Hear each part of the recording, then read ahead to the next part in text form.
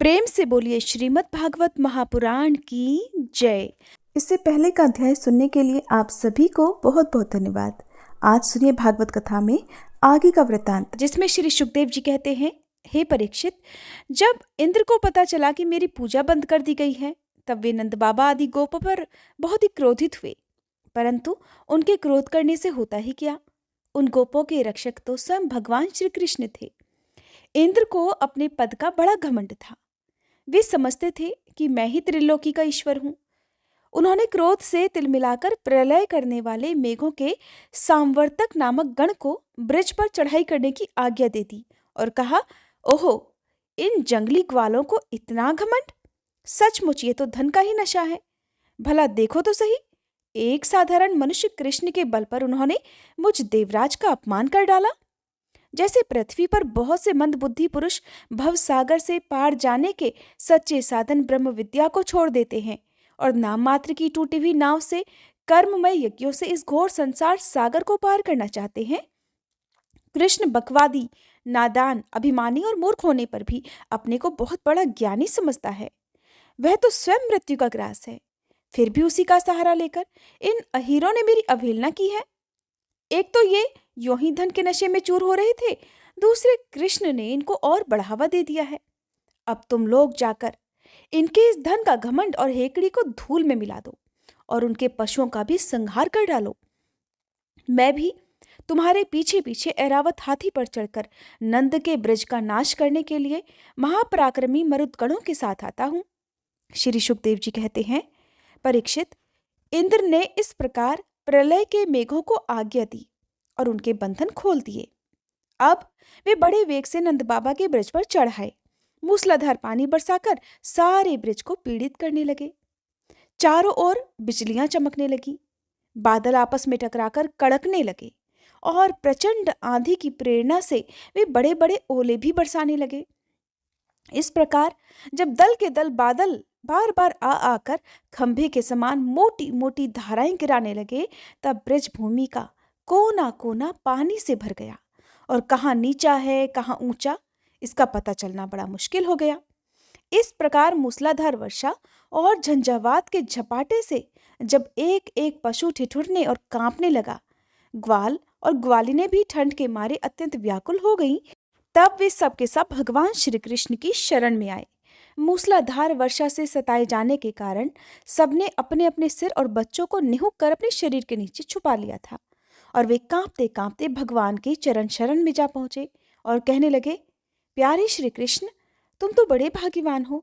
अब तो हे कृष्ण, केवल तुम्हारे ही भाग्य से हमारी रक्षा हो सकेगी। प्रभो, इस सारे गोकुल के एकमात्र स्वामी, एकमात्र रक्षक तुम ही हो। भक्त वत्सल, इंद्र के क्रोध से तो अब केवल तुम ही हमारी रक्षा कर सकते हो। भगवान ने देखा कि वर्षा और ओलों की मार से पीड़ित होकर सब बेहोश हो जा रहे हैं, तब वे समझ गए कि ये सारी करतूत इंद्र की है। उन्होंने ऐसा क्रोधवश किया है। वे मन ही मन कहने लगे कि हमने इंद्र का यज्ञ भंग कर दिया है। इसी से वे ब्रज का नाश करने के लिए बिना ऋतु के ही ये प्रचंड वायु और ओलों के साथ घनघोर वर्षा कर रहे हैं। अच्छा, मैं अपनी योग माया से इसका भली भांति जवाब दूंगा। ये मूर्खतावश अपने को लोकपाल मानते हैं। इनके ऐश्वर्य और धन का घमंड और अज्ञान आज मैं चूर चूर कर दूंगा। देवता लोग तो सत्व प्रधान होते हैं, इनमें अपने ऐश्वर्य और पद का अभिमान नहीं होना चाहिए। इसलिए ये उचित ही है कि इन सत्व गुण से च्युत दुष्ट देवताओं का मैं मान भंग कर दूं। इससे अंत में उन्हें शांति ही मिलेगी। ये सारा ब्रज मेरे आश्रित है, मेरे द्वारा स्वीकृत है और एकमात्र मैं ही इसका रक्षक हूं। इसलिए मैं अपनी योग माया से इसकी रक्षा करूंगा। संतों की रक्षा करना तो मेरा व्रत ही है। अब उसके पालन का अवसर आ पहुंचा है। इस प्रकार कहकर भगवान श्री कृष्ण ने खेल ही खेल में एक ही हाथ से गिरिराज गोवर्धन को उखाड़ लिया और जैसे छोटे छोटे बालक बरसाती छत्ते के पुष्प को उखाड़कर अपने हाथ में रख लिया करते हैं, ठीक वैसे ही उन्होंने भी उस पर्वत को धारण कर लिया। इसके बाद भगवान ने गोपों से कहा, माताजी, पिताजी और ब्रजवासियों, आप लोग अपनी गऊओं और सब सामग्रियों के साथ इस पर्वत के गड्ढे में आकर आराम से बैठ जाओ। देखो, आप लोग ऐसी शंका मत करना कि मेरे हाथ से पर्वत गिर जाएगा। आप लोग बिल्कुल भी मत डरना। इस आंधी पानी के डर से आपको बचाने के लिए ही मैंने ये उपाय रचा है।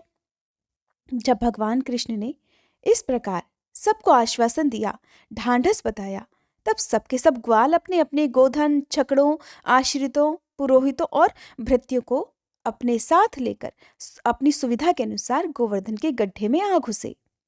भगवान श्री कृष्ण ने सब ब्रजवासियों के देखते ही देखते भूख प्यास की पीड़ा, आराम विश्राम की आवश्यकता आदि सब कुछ भुलाकर 7 दिन तक लगातार उस पर्वत को उठाए रखा। श्री कृष्ण की योगमाया का ये प्रभाव देखकर इंद्र के आश्चर्य का ठिकाना नहीं रहा। अपना संकल्प पूरा ना होने के कारण उनकी सारी हेकड़ी बंद हो गई। वे भौचक्के से रह गए। इसके बाद उन्होंने मेघों को अपने आप वर्षा करने से रोक दिया।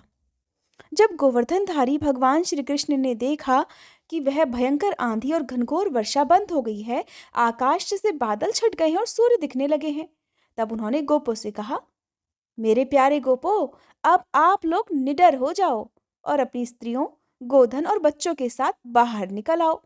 देखो, अब आंधी पानी भी बंद हो गया और नदियों का पानी भी उतर गया है। भगवान की ऐसी आज्ञा पाकर अपने अपने गोधन, स्त्रियों, बच्चों और बूढ़ों को साथ लेकर तथा अपनी अपनी सामग्री छकड़ों पर लादकर धीरे धीरे सब लोग बाहर निकल आए। सर्वशक्तिमान भगवान श्री कृष्ण ने भी सब प्राणियों के देखते ही देखते खेल ही खेल में गिरिराज को पहले की तरह उसके स्थान पर रख दिया।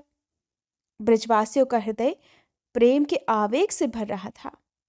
पर्वत को रखते ही वे भगवान श्री कृष्ण के पास दौड़े आए। कोई उन्हें हृदय से लगाने तो कोई चूमने लगा। सब ने उनका आदर सत्कार किया। बड़ी बूढ़ी गोपियों ने बड़े आनंद और स्नेह से दही, चावल, जल आदि से उनका मंगल तिलक किया और उन्मुक्त हृदय से शुभ आशीर्वाद दिए। यशोदा रानी, रोहिणी जी, नंद बाबा और बलवानों में श्रेष्ठ बलराम जी ने स्नेहातुर होकर श्री कृष्ण को हृदय से लगा लिया तथा आशीर्वाद दिए। परीक्षित, उस समय आकाश में स्थित देवता, साध्य, सिद्ध, गंधर्व और चारण आदि प्रसन्न होकर भगवान की स्तुति करते हुए उन पर फूलों की वर्षा करने लगे। राजन, स्वर्ग में देवतागण शंख और नौबत बजाने लगे। गंधर्वराज भगवान की लीला का गान करने लगे। इसके बाद भगवान श्री कृष्ण ने व्रज की यात्रा की। उनके बगल में बलराम जी चल रहे थे और उनके प्रेमी ग्वाल बाल उनकी सेवा कर रहे थे। उनके साथ ही प्रेममयी गोपियां भी अपने हृदय को आकर्षित करने वाले, उसमें प्रेम जगाने वाले भगवान की गोवर्धन धारण आदि लीलाओं का गान करती हुई बड़े आनंद से ब्रज में लौट आई। श्री सुखदेव जी कहते हैं, हे परीक्षित, व्रज के गोप भगवान श्री कृष्ण के ऐसे अलौकिक कर्म देखकर बड़े आश्चर्य में पड़ गए। उन्हें भगवान की अनंत शक्ति का तो पता था नहीं। वे इकट्ठे होकर आपस में इस प्रकार कहने लगे कि इस बालक के ये कर्म तो बड़े अलौकिक हैं और इसका हमारे जैसे गंवार ग्रामीणों में जन्म लेना तो बड़ी निंदा की बात है। ये भला कैसे उचित हो सकता है? जैसे गजराज कोई कमल का फूल उखाड़कर उसे ऊपर उठा ले और धारण कर ले, वैसे ही इस नन्हे से 7 वर्ष के बालक ने एक ही हाथ से गिरिराज गोवर्धन को उखाड़ लिया और खेल खेल में 7 दिनों तक उठाए भी रखा। ये साधारण मनुष्य के लिए भला कैसे संभव है? जब ये नन्हा सा बच्चा था, उस समय बड़ी भयंकर राक्षसी पूतना आई और इसने आंखें बंद किए किए ही उसका स्तन तो पिया ही, उसे मार भी डाला। ठीक वैसे ही जैसे काल शरीर की आयु को निगल जाता है। जिस समय ये केवल 3 महीने का था और छकड़े के नीचे सोकर रो रहा था, उस समय रोते रोते इसने ऐसा पांव उछाला कि उसकी ठोकर से वह बड़ा भारी छकड़ा भी उलटकर गिर पड़ा। उस समय तो ये 1 ही वर्ष का था जब दैत्य बवंडर के रूप में इसे बैठे बैठे आकाश में उड़ा ले गया था। तुम सब जानते ही हो कि इसने उस तृणावर्त दैत्य को गला घोंटकर मार डाला। अरे, उस दिन की बात तो सभी जानते हैं कि माखन चोरी करने पर यशोदा जी ने इसे उखल से बांध दिया था और ये घुटनों के बल बकैयां खींचते खींचते उन दोनों विशाल अर्जुन वृक्षों के बीच में से निकल गया और उन्हें उखाड़ ही डाला। जब ये ग्वाल बाल और बलराम जी के साथ बछड़ों को चराने के लिए वन में गया हुआ था, उस समय इसको मार डालने के लिए एक दैत्य बगुले के रूप में आया और इसने दोनों हाथों से उसकी दोनों चोंच पकड़कर उसे तिनके की तरह चीर डाला। जिस समय इसको मार डालने की इच्छा से एक दैत्य बछड़े के रूप में बछड़ों के झुंड में घुस गया था, उस समय भी इसने उस दैत्य को खेल ही खेल में मार डाला और उसे कैथ के पेड़ों पर पटक कर उन पेड़ों को भी गिरा दिया। इसने बलराम जी के साथ मिलकर गधे के रूप में रहने वाले धेनुकासुर और उसके भाई बंधुओं को भी मार डाला और पके हुए फलों से भरे हुए तालवन को सबके लिए उपयोगी और मंगलमय बना दिया। यमुना जल में रहने वाला कालिया नाग कितना विषैला था, परंतु इसने उसका भी मान मर्दन करके उसे बलपूर्वक दह से निकाल दिया और यमुना जी का जल सदा के लिए विषरहित अमृतमय बना दिया। नंद जी, हम ये भी देखते हैं कि आपके सांवले बालक पर हम सभी व्रजवासियों का अनंत प्रेम है और इसका भी हम पर स्वाभाविक ही स्नेह है। क्या आप बतला सकते हैं कि इसका क्या कारण होगा? भला कहाँ तो ये 7 वर्ष का नन्हा सा बालक और कहाँ इतने बड़े गिरिराज को 7 दिनों तक उठाए रखना। ब्रजराज, इसी से तो तुम्हारे पुत्र के संबंध में अब हमें बड़ी शंका हो रही है। नंद बाबा ने कहा, गोपो, आप लोग सावधान होकर मेरी बात सुनो।